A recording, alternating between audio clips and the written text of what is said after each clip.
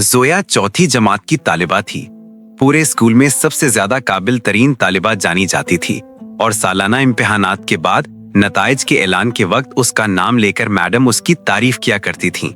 तमाम बच्चों को उसकी मिसाल दी जाती थी।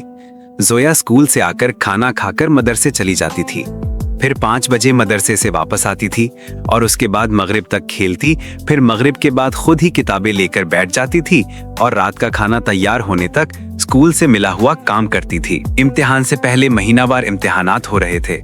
सब बच्चों ने पर्चे हल कर लिए थे। टीचर ने सबसे पर्चे लेना शुरू किए। जोया अभी लिख रही थी। टीचर ने उसे लिखने का मौका दिया और उसके करीब से गुजरते हुए दूसरे बच्चों की कापियां ले ली।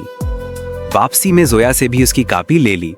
टीचर एक एक बच्चे की कापी जांचती और उस बच्चे को बुलाकर बताती, देखो तुमने ये और ये गलती की है, आइंदा नहीं होनी चाहिए।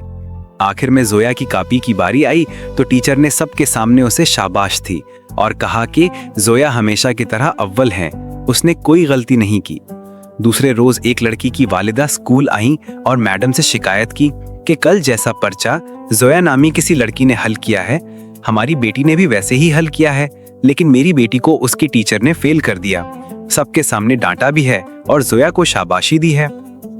मेरी बेटी ने खुद बताया है कि कल उसने जोया की नकल की थी। जोया अव्वल और हमारी बेटी फेल। नकल की थी? आपकी बेटी ने जोया की नकल की थी? मैडम हैरान रह गईं। उन्होंने उसी वक्त उस लड़की और जोया के हलशुदा पर्चे निकलवाए। जोया के 100% नंबर थे और उन लड़कियों के 50 से भी कम। मैडम नकल के सख्त खिलाफ थीं। उन्होंने उसी वक्त उनकी उस्तानी साहिबा को दफ्तर में बुलवाया। उस्तानी साहिबा आईं तो मैडम ने उनसे कहा कि कल इस बच्ची ने जोया की नकल की है और फिर भी इनके जवाब गलत हुए।